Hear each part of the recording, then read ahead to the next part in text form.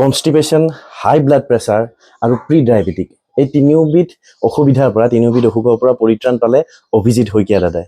অভিজিৎ শইকীয়া দাই মোক আজিৰ পৰা 6-7 মাহ আগত কণ্টেক্ট কৰিছিলে ফেচবুকৰ থ্ৰুদি আৰু ফোন কৰি পেলাই তেখেতে মোক কৈছিলে যে তেখেতে একো খাবই নোৱাৰে, খালে তেখেতৰ 2 নম্বৰ লাগে। কোনো ধৰণৰ বস্তু তেখেতৰ হজম নহয়, খুব বেছি কনষ্টিপেশ্যন হৈ থাকে, খুব বেছি ব্লটিং হৈ থাকে, মাছ মাংসটো খাব নোৱাৰে। তাত বাহিৰেও মানে মাছ মাংসৰ বাহিৰেও যদি কিবা বস্তু খায় তেওঁৰ লগে লগে 2 নম্বৰ লাগে। প্ৰথম অসুবিধা সেইটো।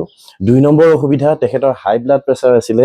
প্ৰায় 2 বছৰ ধৰি তেখেতে হাই ব্লাড প্ৰেছাৰৰ মেডিচিন খাই আছিলে আৰু মেডিচিন খোৱা সময়তো তেখেতৰ 160/110 কেতিয়াবা 140/90 এনেকুৱা হাই ব্লাড প্ৰেছাৰ দেখুৱাই আছিলে। লগতে তেখেতৰ প্ৰি ডায়েবেটিকো ধৰা পৰিছিলে। তাৰপিছত তেখেতে মোক ফোন কৰি পেলাই ক'লে যে নীৰৱ দা, আপুনি যদি পাৰে মোক সহায় কৰক, এই অসুবিধাৰ পৰা মোক পৰিত্ৰাণ কৰক। তাৰপিছত মই তেখেতক কিছুমান বস্তু কেনেকৈ কি খাব লাগে, কেনেকুৱা ধৰণৰ খাদ্য বস্তু খাব লাগে, কেনেকুৱা ধৰণৰ ৰুটিন ফ'ল' কৰিব লাগে, কেনেকুৱা ধৰণৰ এক্সাৰচাইজ কৰিব লাগে সেইখিনি বুজাই দিলোঁ, ধুনীয়াকৈ তেখেতক বুজাই দিলোঁ। আৰু তেখেতে মই যেনেকৈ কৈছোঁ 100% তেনেকৈ ফ'ল' কৰিলে আৰু বৰ্তমান আজি প্ৰায় 6-7 মাহ হ'ল তেখেতৰ কনষ্টিপেশ্যনৰ প্ৰব্লেম সম্পূৰ্ণৰূপে নাইকিয়া হৈ গ'ল। এতিয়া দিনটোত মাত্ৰ এবাৰে তেখেতে 2 নম্বৰ কৰিবলৈ যায়, ৰাতিপুৱা এবাৰে যায়, সম্পূৰ্ণৰূপে খোলোচা হৈ যায়। ছেকেণ্ডলি, হাই ব্লাড প্ৰেছাৰৰ যি টেবলেট তেখেতে যোৱা 2 বছৰৰ পৰা খাই আছিলে সেইটো ডক্টৰে এতিয়া তেখেতক ষ্টপ কৰিব দিছে, কাৰণ তেখেতৰ ব্লাড প্ৰেছাৰ এতিয়া সম্পূৰ্ণৰূপে নৰ্মেল। লগতে যি প্ৰি ডায়েবেটিক তেখেতৰ ধৰা পৰিছিলে সেয়াও এতিয়া সম্পূৰ্ণৰূপে নৰ্মেল। মই এই ভিডিঅ'টো এইকাৰণে বনাইছোঁ যে অভিজিৎ শইকীয়া দাৰ নিচিনাকৈ আপোনালোকেও পাৰিব। একো টান নহয়, একো ইমান কঠিন নহয় নিজকে সলনি কৰাটো। অকণমান সাল সলনি কৰিব লাগে নিজৰ লাইফষ্টাইলটো। অভিজিৎ শইকীয়া দাদাই আগতে সপ্তাহত 2-3 দিনকৈ ড্ৰিংকছ কৰিছিলে, কিন্তু বৰ্তমান তেখেতে ড্ৰিংকছ নকৰে বুলিয়ে ক'ব পাৰি। কেতিয়াবা হয়তো মাহত এবাৰ বা 2 মাহত এবাৰ তেখেতে অকেজনেলি কিবা এটা অকেজনত অকণমান ড্ৰিংকছ কৰে, কিন্তু বাকী তেখেতৰ আগৰ যি ৰেগুলাৰ ড্ৰিংকছ কৰা অভ্যাস আছিলে সম্পূৰ্ণৰূপে ষ্টপ কৰি দিছে।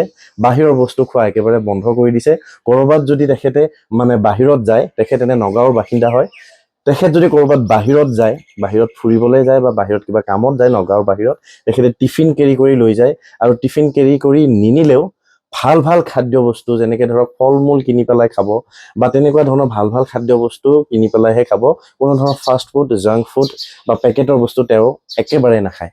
গতিকে আপোনালোকেও এইখিনি কথা যদি ধ্যান ৰাখে, মই মোৰ ভিডিঅ'বোৰত সেইটোৱে কৈ থাকোঁ যে সৰু কিছুমান বস্তু লাইফষ্টাইলৰ কিছুমান সৰু ভুল আপোনালোকে সাল সলনি কৰি এই ডায়েবেটিছ, হাই ব্লাড প্ৰেছাৰ, তাৰ লগতে আপোনাৰ PCOD, থাইৰইড, ইউৰিক এচিড এনেকুৱা যিখিনি লাইফষ্টাইল জনিত ৰোগ আছে, মানে জীৱনশৈলীৰ লগত জড়িত ৰোগ আছে, এইখিনি আমি সহজতে কোনো ধৰণৰ মেডিচিন নোখোৱাকৈয়ে, কোনো ধৰণৰ ডক্টৰৰ পৰামৰ্শ নোলোৱাকৈয়ে আমি নিজেই মানে সেই অসুবিধাবোৰৰ পৰা পৰিত্ৰাণ পাব পাৰোঁ। গতিকে যদি আপোনালোকেও এনেকুৱা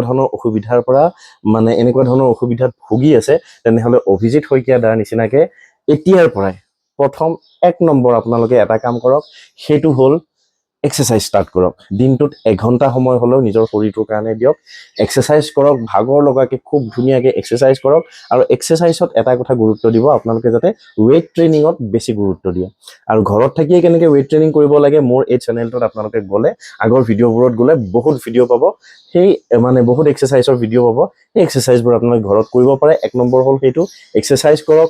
2 নম্বৰ হ'ল বাহিৰৰ যিকোনো খাদ্য বস্তু, ফাষ্ট ফুড, জাংক ফুড, পেকেটৰ বস্তু, বিস্কিট, চিপছ, ক'ল্ড ড্ৰিংকছ এনেকুৱা ধৰণৰ খাদ্য বস্তু সম্পূৰ্ণৰূপে ষ্টপ কৰি দিয়ক।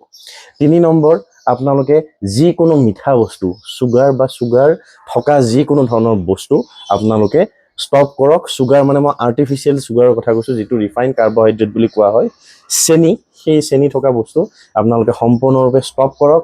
দিনটোত পানী বহুত বেছি পৰিমাণে খাওক, 3 পৰা 4 লিটাৰ পানী খাওক। লগতে আমাৰ যি টোপনি, সেই টোপনিটো ভালকৈ আপোনালোকে যাবলৈ চেষ্টা কৰক। ৰাতিৰ টোপনিটো যাতে আপোনালোকে মিনিমাম 6 ঘণ্টাৰ পৰা 8 ঘণ্টা সময় ৰাতি ভালকৈ শুৱে, তেতিয়া আমাৰ বডিটো ৰিকভাৰী হয়, ধুনীয়াকৈ আমাৰ যিবিলাক হৰমন প্ৰডাকশ্যন আছে সেই হৰমন প্ৰডাকশ্যনবোৰ ভালকৈ হ'ব আৰু নিজকে আপোনালোকে সুস্থ ৰাখিব পাৰিব। একো টান কাম নহয়, অভিজিৎ শইকীয়া দাৰ নিচিনাকৈ আপোনালোকেও নিজক সুস্থ ৰাখিব পাৰিব। আৰু অভিজিৎ শইকীয়া দাৰ লগত যদি আপোনালোকে কথা পাতে, আপোনালোকে গম পাব বৰ্তমান তেওঁ ৰাতিপুৱা শুই উঠিয়ে এক্সাৰচাইজ নকৰাকৈ ক'তোৱে নাযায়। তেওঁ যদি একেবাৰে কিবা ইম্পৰ্টেণ্ট কাম আছে বোলে গুৱাহাটীত যাব লাগে বা বাহিৰত ক'ৰবাত যাব লাগে, ৰাতিপুৱা সোনকালে উঠি প্ৰথম কামটোৱে তেখেতে ফ্ৰেছ হৈ পেলাই এক্সাৰচাইজ কৰে। জিমত যায় বাৰু তেখেতে, জিমত গৈ পেলাই এক্সাৰচাইজ কৰে, তাৰপিছত সেই দিনটোৰ বাকী কামখিনি তেওঁ আৰম্ভ কৰে। গতিকে আপোনালোকেও এনেকুৱা অভ্যাস এটা গঢ়ি লওক, লৈ নিজক সুস্থ ৰখাৰ যি যাত্ৰা, সেই যাত্ৰাত আপোনালোকেও আগভাগ লওক। গতিকে আজি ফিটনেছ ৰিলেটেড ভিডিঅ'টোত ইমানে। নতুন ফিটনেছ ৰিলেটেড ভিডিঅ' লৈ মই অতি সোনকালে আহিম। ধন্যবাদ।